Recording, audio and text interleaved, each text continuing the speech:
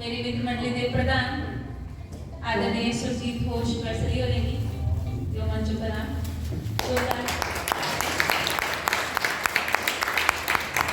शुक्रिया कीर्ति जी गुरुदेव उनके चरणों हर कुछ समर्पित है कुछ अशार कि ना ओके पल ना दिन महीने ना ओके साल कविता दे ना ओके पल न दिन महीने ना ओके साल कविता दे कवि अनगिनत मस्टंडे बुरे पर हाल कविता दे। क्या बात ना ओके पल न दिन महीने ना ओके साल कविता दे कवि अनगिनत मस्टंडे बुरे पर हाल कविता दे। ते एक शेर लिखो दो पंक्तियां कि वो अपनी गप भी आखी है कविता पढ़ी उठे वो अपनी गप भी आखी है कविता पढ़ी उठे जिन्हें की समझ नहीं आते इस खल्ले ताल करता अपनी गप भी आखी है कविता पढ़ी उठे जिन्हें की समझ नहीं आते इस खल्ले ताल करता दे कि जरा पर बैल ही ते शेर बड़ा नाजुक शेर है सुभाष जी बैठे थे थोड़े कुछ लेट आए थोड़ा स्वागत रही है दो जो लोगों का जरा पर बैर ही बैठा ले काफी जे किस लिखना जरा पर बैर ही बैठा ले काफी जे किस लिखना जदों चेते तुगी पिता खड़ोए बाल करता क्या बात क्या चेते तुगी पिता खड़ोए बाल करता दे कुछ शेर के गजला कविता गाने लिखी है उमर लंघाई गजला कविता गाने लिखी है उमर लंघाई बस जीने दे बहाने लिखी है उमर लंघाई गजला कविता गाने लिखी है उमर लंघाई बस जीने दे बहाने लिखी है उमर लंघाई। शेर है कोमल साहब के प्रगतिवादी शायर हमें प्रगतिवादी शायर हमें अंदर भी है बरके परसे दाने लिखी है उमर लंघाई प्रगतिवादी शायर हमें अंदर भी है बरके परसे दाने लिखी है उमर लंघाई ते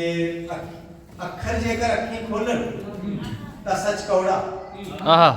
अखर जेकर अखी खोलन ता सच कौड़ा ता मैं अन्य काने लिखी है उमर लंघाई। क्या बात क्या बात क्या बात क्या बात अखर जेकर अखी खोलन ता सच कौड़ा ता मैं अन्य काने लिखी है उमर लंघाई ते भूतें दे डर रखा ले हनुमान ते चंडी भूतें दे डर रखा ले हनुमान ते चंडी अणदिखे अनजाने लिखी है उमर लंघाई अणदिखे अनजाने लिखी है उमर लंघाई। शेर के अपने ऐप का फिट होए नहीं छंदे बहरे अपने ऐप फिट होए नहीं छंदे बहरे अपने ऐप का फिट होए नहीं छंदे बहरे तामे दोष बगाने लिखी है उमर लंघाई। क्या बात अपने ऐप का फिट होए नहीं छंदे बहरे तामे दोष बगाने लिखी है उमर लंघाई ते डाकू दे हक्के च सब मजलूम गवाइयां डाकू दे हक्के च सब मजलूम गवाइयां एवें दालत खाने लिखी है उमर लंघाई। क्या बात दालत खाने लिखी है उमर लंघाई गजला कविता गाने लिखी है उमर लंघाई। चोपड़ दुध घ्यो दियां गल्लां हो गया टीम साहब चोपड़ दुध घ्यो दियां गल्लां हो गया कुछ चोपड़ दुध घ्यो दियां गल्लां हो गया किश अड़िया पहले सो दियां गल्लां हो गया चोपड़ दुध घ्यो दियां गल्लां हो गया किश अड़िया पहले सो दियां गल्लां हो गया किश ते होर का किश कुछ साढ़े कन्नै सुना दे होर का किश कुछ साढ़े कन्नै सुना दे हो जानने जे होदियां गल्लां होर का किश क्या बात क्या बात होर का किश कुछ साढ़े कन्नै सुना दे हो जानने जे होदियां गल्लां होर का किश ते उसी दिखी होर का किश सुर आउंदी है उसी दिखी होर का किश सुर आउंदी है पी होदे बसमो दियां गल्लां होर का किश उसी दिखी होर का किश सुर आउंदी है पी होदे बसमो दियां गल्लां होर का किश ते